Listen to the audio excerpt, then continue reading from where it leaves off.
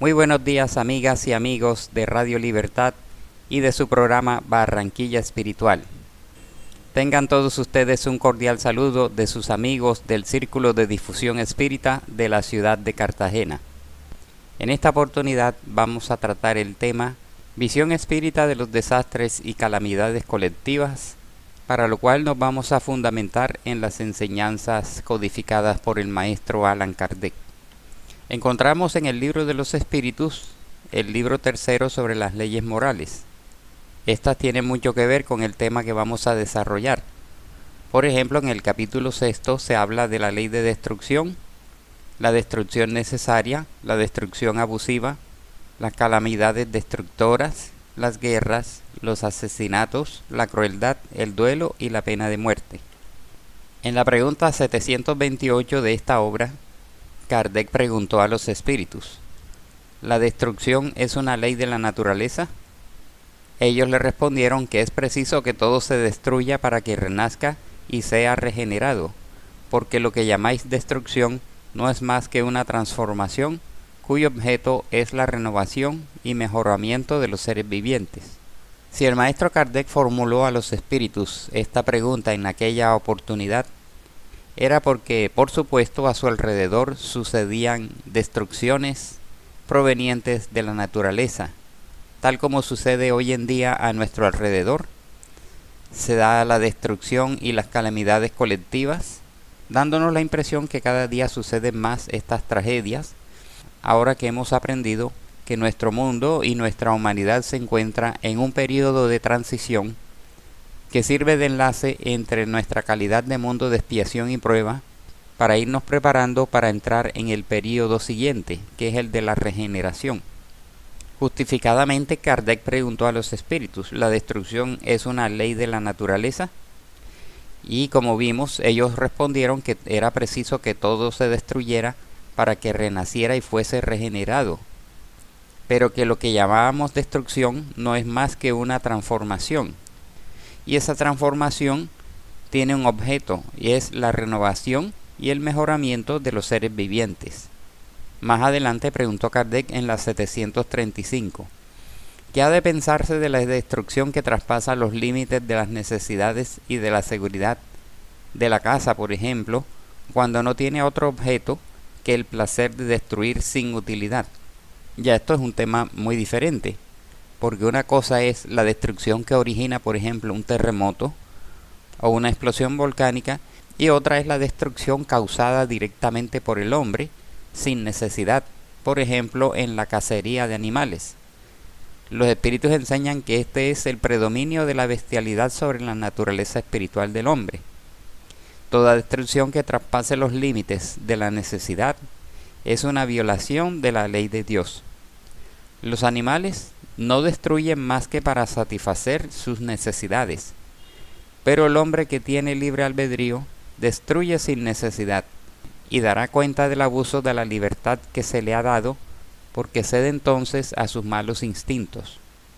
Como estamos viendo, esto quiere decir que el hombre, en su inferioridad espiritual, más próximo a la bestialidad que a la espiritualidad, traspasa fácilmente los límites, y esto lo vemos diariamente en el mundo actual, en lo que sucede en la humanidad, los límites de las leyes de Dios, y que destruye por ambición, por descuido, por abuso, y a veces hasta por el simple placer de hacer el mal.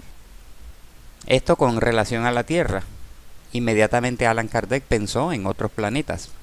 Por ejemplo, cuando preguntó si la necesidad de destrucción era la misma en todos los mundos, porque a estas alturas ya los espíritus le habían enseñado que existía la pluralidad de mundos habitados y que la Tierra, por supuesto, no podía ser el único mundo habitado, que nuestra galaxia y el universo en sí estaba poblado de diversidad de mundos habitados, desde los mundos primitivos, los mundos de expiación y prueba como los nuestros, los mundos de regeneración, que es la etapa hacia la cual vamos, los mundos felices y los mundos celestes o divinos. Los espíritus en esa oportunidad le respondieron que es proporcional al estado más o menos material de los mundos, y cesa en un estado físico y moral más depurado. En los mundos más adelantados que el vuestro, las condiciones de existencia son otras. Esto quiere decir que a medida que los mundos y sus humanidades evolucionan, la necesidad de destrucción va disminuyendo hasta cesar en un estado físico y moral más depurado, porque las condiciones de vida en los mundos más adelantados son muy diferentes a las nuestras y por supuesto son condiciones de vida mucho menos material. Específicamente sobre las calamidades destructoras lo encontramos en el Libro de los Espíritus, libro 3, Leyes Morales, capítulo 6, Ley de Destrucción y Plagas Destructoras. En el ítem 737 preguntó Kardec: ¿con qué objeto castiga Dios a la humanidad con calamidades destructoras?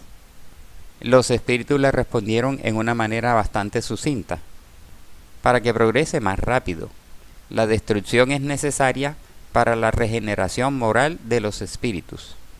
Entonces vemos que estas destrucciones que se producen por causa de la naturaleza, en las cuales el hombre no ha intervenido ni ha provocado las condiciones para que sucedan esas tragedias, hay un objeto en el fondo que es acelerar el progreso y que es necesaria para la regeneración moral de los espíritus.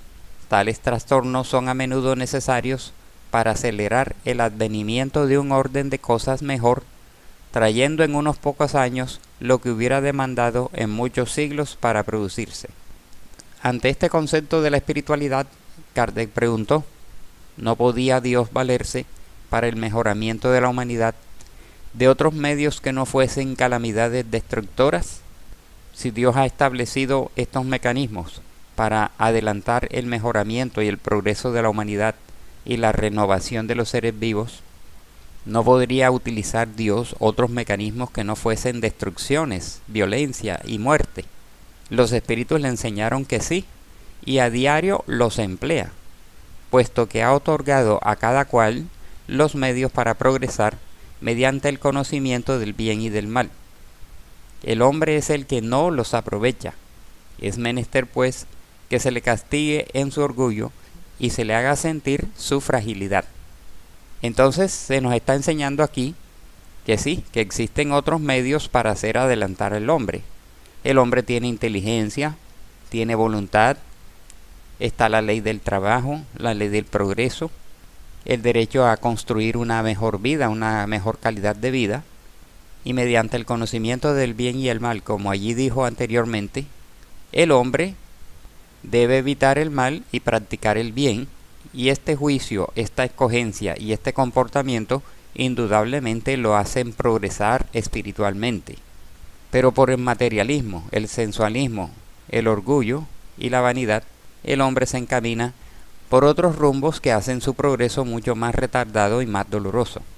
Como allí los espíritus le están respondiendo a Kardec sobre esas calamidades destructoras, él dice: pero en esas calamidades destructoras sucumbe lo mismo el hombre de bien que el perverso.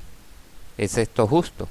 Entendemos que Allan Kardec hace esta pregunta porque, por ejemplo, en un terremoto o en un tsunami desencarnan muchísimas personas, centenares o miles de personas al mismo tiempo, y allí pueden desencarnar hombres de bien y hombres inclinados al mal. ¿Es acaso esto justo? Ellos le respondieron que durante la vida el hombre lo relaciona todo con su cuerpo, pero después de la muerte piensa de otra forma y, como ya dijimos, la vida del cuerpo es poca cosa. Un siglo de vuestro mundo es un relámpago en la eternidad. Por lo tanto, los sufrimientos que llamáis de algunos meses o de algunos días no son nada, apenas una enseñanza para vosotros que os servirá en el futuro. El mundo real es el de los espíritus, preexistente y sobreviviente a todo. Entonces, claro, la pregunta de Kardec y lo que nosotros nos preguntaríamos y vemos hoy en día está relacionada con lo que le sucede a nuestro cuerpo físico, porque se producen cantidades de muertes, cantidades de desencarnaciones. ¿En dónde está allí la justicia si están desencarnando los malos y los buenos al mismo tiempo? Aquí los espíritus se sitúan en un plano superior, mirando el cuerpo en una proporción temporal, como un instrumento material, un vestido, que utiliza el espíritu temporalmente para su progreso, para su desenvolvimiento en el plano material. Y lo que al hombre se le figura como una eternidad o una larga vida, o el padecimiento del cuerpo físico, para los espíritus no son sino momentos evolutivos que en el fondo están dejando una enseñanza para el espíritu, pero que todo está enmarcado dentro de la ley de evolución. Vamos a ver más adelante que también está implícita aquí la ley de causa y efecto, como una expresión sabia de la justicia de Dios en cada uno de estos acontecimientos. Sin embargo, Kardec no queda satisfecho con la pregunta anterior y pregunta nuevamente, pero las víctimas de esas calamidades no por ello dejan de ser tales, es decir, no dejan de ser víctimas. Los espíritus le responden: si se considera la vida conforme a lo que es y cuán poca cosa significa con relación a lo infinito, se le concedería menos importancia. Y aquí viene una aclaración bastante importante. Esas víctimas tendrán en una existencia ulterior amplia compensación por sus padecimientos si saben sobrellevarlos sin protesta. Es decir, que las supuestas víctimas inocentes de una tragedia colectiva indudablemente van a tener en una existencia posterior amplias compensaciones por esos sufrimientos. Y agrega una condición: si saben sobrellevarlos sin protesta. Ahora, nosotros los espíritus encarnados en la tierra y como seres imperfectos que no tenemos una visión amplia y profunda de lo que está sucediendo desde el punto de vista espiritual en estas desencarnaciones colectivas, no estaríamos en un momento dado en capacidad de definir quiénes eran víctimas inocentes y quiénes eran culpables. No podríamos saberlo. Solamente la espiritualidad y Dios, en su infinita bondad y justicia, sabe medir exactamente quiénes de esos que desencarnaron tenían una deuda anterior y quiénes aparentemente no. Ese conocimiento y ese juicio escapa a nuestras capacidades. En el ítem 739, Allan Kardec preguntó: ¿las calamidades destructoras reportan alguna utilidad desde el punto de vista físico a pesar de los males que ocasionan? Esta pregunta se debe a que si en las respuestas anteriores los espíritus están hablando de grandes utilidades desde el punto de vista espiritual, entonces él ahora pregunta: ¿habrá alguna utilidad desde el punto de vista físico? Los espíritus responden: en efecto, modifican a veces el estado de una región, pero frecuentemente el bien que de ellas dimana solo es apreciado por las generaciones ulteriores. Y por supuesto, cuando hay una erupción volcánica, un terremoto, un tsunami, unas avalanchas, se va a producir una modificación de una región. Pero los efectos positivos, los beneficios, a veces no se notan inmediatamente, porque lo primero que vamos a apreciar es un panorama de desolación. Sin embargo, esto va a tener un beneficio desde el punto de vista de la renovación de los ambientes. Preguntó Kardec en la 740. ¿Las plagas no serían asimismo para el hombre pruebas morales que lo enfrentan con las más duras necesidades? Los espíritus superiores le contestaron: las plagas son pruebas que ofrecen al ser humano ocasión de ejercer su inteligencia y poner de relieve su paciencia y resignación a la voluntad de Dios, colocándolo en situación de manifestar sus sentimientos de abnegación, desinterés y amor al prójimo, si no está él dominado por el egoísmo. Entonces estas plagas destructoras en realidad son pruebas que ofrecen al hombre, al espíritu encarnado, la oportunidad de ejercer su inteligencia y su voluntad. También se mide allí su paciencia y su resignación ante los acontecimientos de la vida procedentes de las leyes divinas. Y como generalmente estas tragedias colectivas perjudican a muchas personas que quedan damnificadas, entonces allí igualmente el hombre pone a prueba su abnegación, su desinterés y amor al prójimo. Y indudablemente esto sucede así porque en muchas comunidades, a veces otras ciudades y países, se movilizan en ayuda a los que fueron perjudicados en una de estas grandes calamidades. Y otros, por el contrario, se aprovechan de estas situaciones para sacar provecho, para buscar un beneficio material propio, por ejemplo, saqueando los hogares que fueron abandonados, robando lo que pueden y cometiendo un sinnúmero de delitos que demuestran su inferioridad espiritual, su egoísmo y su orgullo. Indudablemente que ante estas calamidades colectivas el hombre se ha ido movilizando y organizando para prevenirlas. Kardec, en el ítem número 741 del Libro de los Espíritus, preguntó: ¿es dado al hombre conjurar las calamidades que lo afligen? Ellos le respondieron que por una parte sí, pero no como generalmente se piensa. Muchas calamidades son consecuencia de su imprevisión, y a medida que adquiere conocimientos y experiencia, puede conjurarlos, es decir, prevenirlos si sabe buscar sus causas.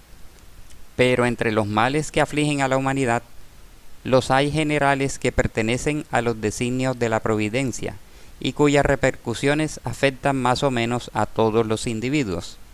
A esto el hombre no puede oponer más que la resignación a la voluntad de Dios, pero con frecuencia aún estos mismos males son agravados por su negligencia. Y entonces, a lo largo de los siglos, la humanidad ha ido adquiriendo experiencia y conocimientos sobre los distintos tipos de fenómenos naturales que pueden causar destrucciones colectivas. Poco a poco el hombre ha ido aprendiendo a prevenirlos cuando ha buscado sus causas. Hay que tener en cuenta también que muchos de estos desastres son consecuencia de la imprevisión misma del hombre o del abuso que ha hecho de la misma naturaleza. Tal como está sucediendo actualmente en nuestro mundo, el calentamiento global tiene en gran parte responsabilidad el hombre en el uso, por ejemplo, de los combustibles fósiles, en la tala de bosques, en la destrucción de selvas, en la contaminación de las aguas de los ríos, de los lagos y de los mares, incluso en las pruebas atómicas que en una época hizo. El hombre, en su desmedido afán de riqueza y de progreso material, a veces ha pisoteado la naturaleza, produciendo grandes desequilibrios. Por ejemplo, a través de los mecanismos que vimos anteriormente, la destrucción innecesaria y abusiva que hace el hombre sobre ciertas especies vivientes produce un desequilibrio que hace que se reproduzcan descontroladamente otras especies que a su vez se convierten en plagas para la humanidad. Entonces el hombre, en su ambición, en su abuso y en su imprevisión, muchas veces es el causante, después de muchos años o muchos siglos, de muchas de estas tragedias colectivas que no se producen inmediatamente, pero los efectos se van acumulando hasta que sobreviene un desastre. Pero como dicen allí los espíritus, entre los males que afligen a la humanidad, los hay que pertenecen a los designios de Dios, que tienen consecuencias más o menos severas para unos individuos y para otros. Y ante estos fenómenos el hombre no puede oponer más que la resignación a la voluntad de Dios. Y vemos allí entonces que se señala que, aún procediendo de los fenómenos de la naturaleza, el hombre los agrava con su abuso y con su negligencia. En otra de las obras de Allan Kardec, por ejemplo, Obras Póstumas, primera parte, capítulo 5, hay un punto que dice cuestiones y problemas, las expiaciones colectivas. Y allí nos dicen: podéis aplicar sin temor a equivocaros las leyes que rigen al individuo, a la familia, a la nación, a las razas y al conjunto de los habitantes de los mundos, que son individualidades colectivas. El individuo, la familia, la nación cometen faltas y cada una de ellas, cualquiera que sea su carácter, se expía en virtud de una misma ley. Cada hombre reúne 3 caracteres. Primero, el de individuo o ser en sí mismo. Segundo, el de miembro de familia y en fin, el de ciudadano. Bajo cualquiera de estas fases puede ser criminal o virtuoso, es decir, ser virtuoso como padre de familia y criminal al mismo tiempo como ciudadano y viceversa. Y de aquí las situaciones especiales en que se encuentra en sus existencias sucesivas. Uno de los fundamentos de la doctrina espírita es la ley de causa y efecto, que es, como vimos anteriormente, una expresión de la justicia divina. Esa ley de causa y efecto, como estamos viendo aquí en el contenido de Obras Póstumas, tiene aplicación tanto en el individuo como en las agrupaciones y colectividades. Entonces, como dice allí, podemos aplicar sin temor a equivocarnos las leyes que rigen al individuo. Igualmente pueden ser aplicadas a una familia, a una nación, a una raza y al conjunto de los habitantes de los mundos, que vienen siendo, como dice Kardec, individualidades colectivas. Entonces cada uno de nosotros reúne en sí mismo los tres caracteres: el de individuo, el de miembro de familia y el de colectividad. Si nosotros, ya sea como individuo, cometemos una falla, un delito o un crimen, indudablemente vamos a ser alcanzados por la ley de causa y efecto, que nos va a llevar a una posterior expiación y reparación del daño causado. Pero si el delito es cometido, por ejemplo, por una familia, por un pueblo, por una ciudad, indudablemente va a haber una expiación de tipo colectivo en la misma amplitud y en la misma proporción en que se cometió. Incluso va más allá cuando se nos dice que el conjunto de los habitantes de los mundos son individualidades colectivas. Por eso las calamidades colectivas que hoy en día estamos viendo y que siempre se han dado en la humanidad obedecen a una expiación igualmente colectiva, porque remontándonos al pasado, esa colectividad, esa agrupación, ese país o esa nación o ese ejército cometió atrocidades, se comprometió con la ley de causa y efecto, y posteriormente las consecuencias vienen en una siguiente encarnación. Y el comentario que agrega Kardec es muy sabio, que una persona puede ser virtuoso como individuo, por ejemplo como padre de familia, y al mismo tiempo ser criminal como ciudadano, porque va a participar o ha participado de un crimen o una falla cometida como ciudadano o como multitud. En otra parte dice Allan Kardec: el asesino espía respecto de su víctima, ora hallándose en su presencia en el espacio, ora viviendo en contacto con ella en una o muchas existencias sucesivas, hasta la reparación de todo el mal causado. Otro tanto acontece tratándose de crímenes cometidos solidariamente por un cierto número de personas. Las expiaciones son solidarias, lo que no reduce la expiación simultánea de faltas individuales. Es decir, pongamos un ejemplo: hay una invasión de un pueblo hacia otro. Se van a producir crímenes y abusos colectivos, que serán igualmente expiados en una existencia ulterior en forma de colectividad.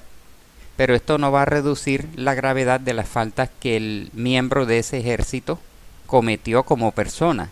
Él igualmente va a responder por aquellos abusos, crímenes o delitos que cometió como soldado, como general o como cualquier otro funcionario de esa nación invasora. Todo esto lo debemos ver también a la luz del contenido del Evangelio según el Espiritismo, por ejemplo en el tema diferentes categorías de mundos habitados, en donde se nos explica la naturaleza de cada tipo de mundo o de planeta habitado: mundos primitivos en donde se dan las primeras encarnaciones del alma, los mundos de expiación y prueba, en donde teniendo el hombre ya conocimiento del bien y el mal, se inclina hacia el uno o hacia el otro, y va a permanecer en ese tipo de mundo muchos siglos hasta que aprende la ley de amor. Posteriormente vienen los mundos de regeneración, que es una etapa en donde ya el bien predomina sobre el mal, y por supuesto en los mundos felices, celestes o divinos, el espíritu va a seguir progresando, depurándose y acercándose cada vez más a la perfección.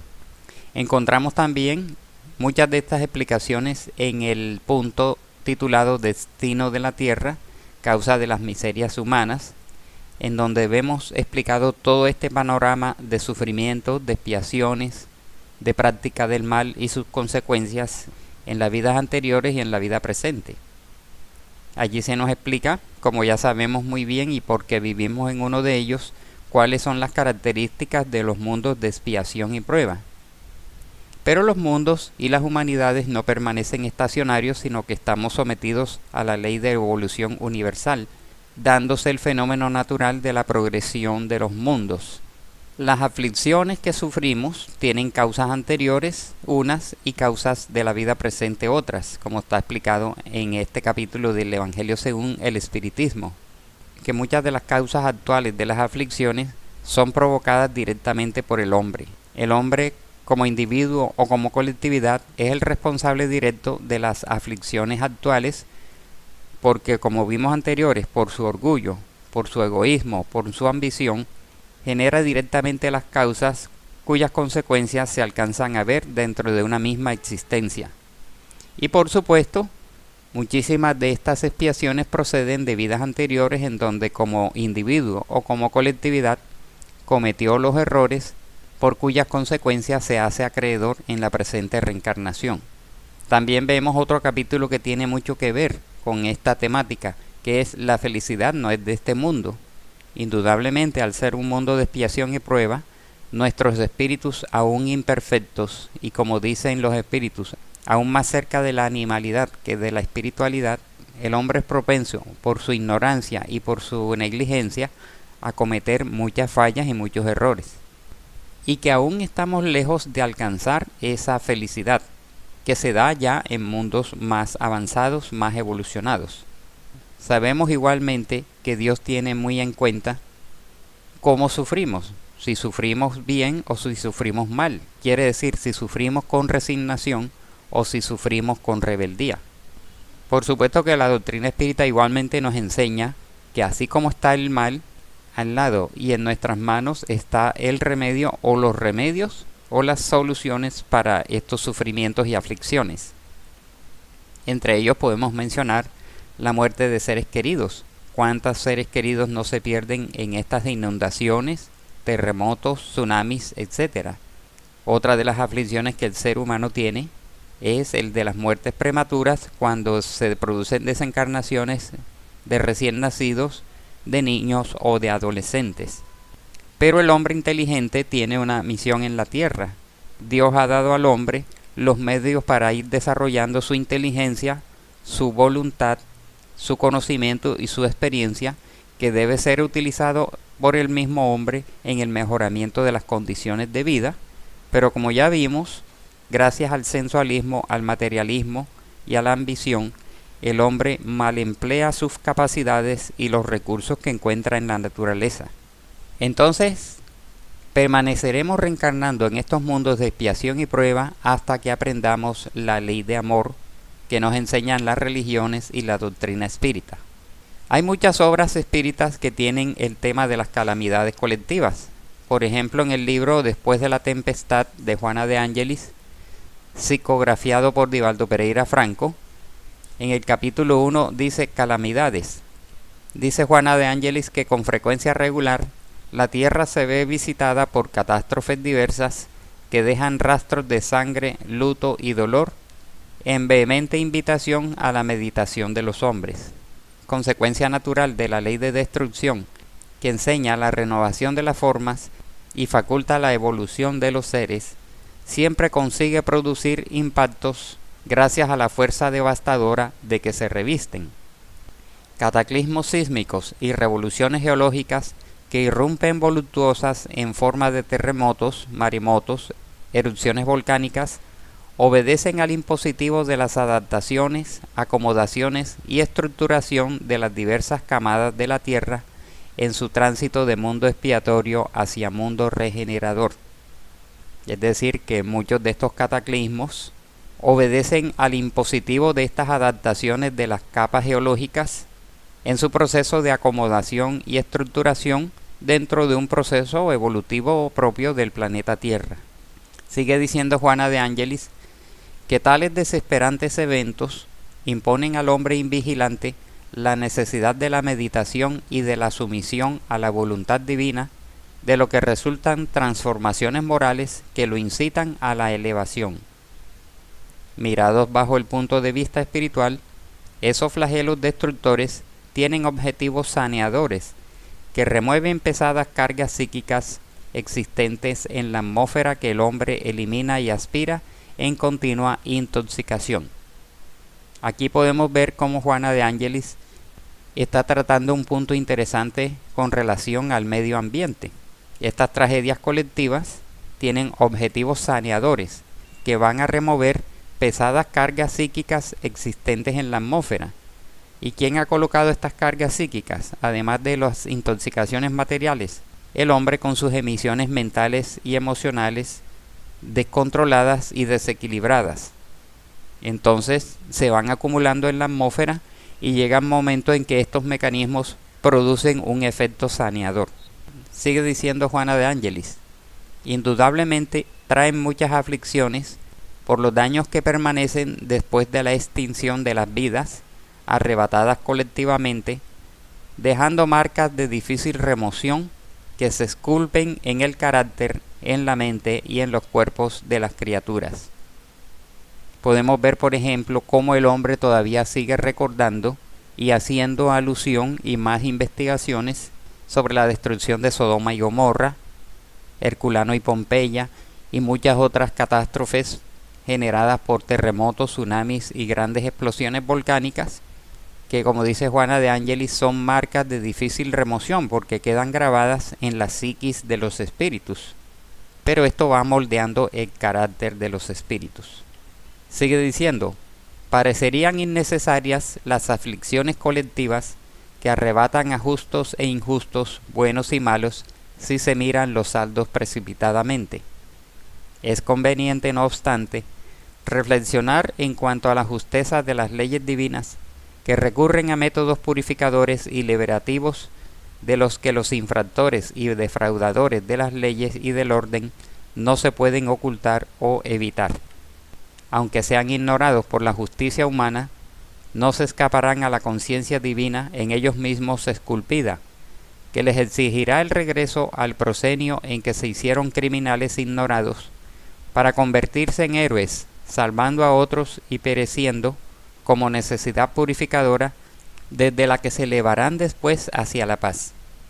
Entonces vemos que los antiguos delincuentes, aunque fueron ignorados por la justicia humana, no fueron encontrados como culpables, o sencillamente hubo ignorancia en cuanto a los causantes. No escapamos a la conciencia divina, y allí dice que esa conciencia está esculpida en la profundidad del espíritu. Y es la misma conciencia la que nos va a llevar en existencias posteriores, muchas veces convirtiéndose en héroes, salvando a otros en estas tragedias y a la vez pereciendo, como una necesidad expiatoria y purificadora. Y allí el espíritu poco a poco entonces va progresando y se va elevando. Retornando al libro de los espíritus, encontramos en el ítem 733 que dice: la necesidad de destrucción ¿existirá siempre entre los hombres de la tierra? Los espíritus superiores le respondieron: la necesidad de destrucción se debilita en el hombre a medida que el espíritu se sobrepone a la materia. Y por esto veis cómo al horror de la destrucción sigue el desarrollo intelectual y moral. Entonces no siempre serán necesarias las tragedias y las calamidades colectivas, ni la ley de destrucción, para ir enseñando al hombre.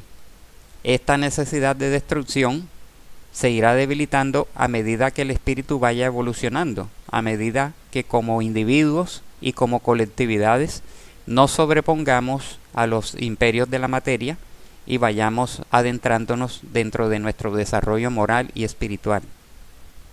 Con esta respuesta dada por los espíritus superiores a Allan Kardec, concluimos nuestro tema de hoy y los invitamos muy fraternalmente a una nueva temática en la próxima semana.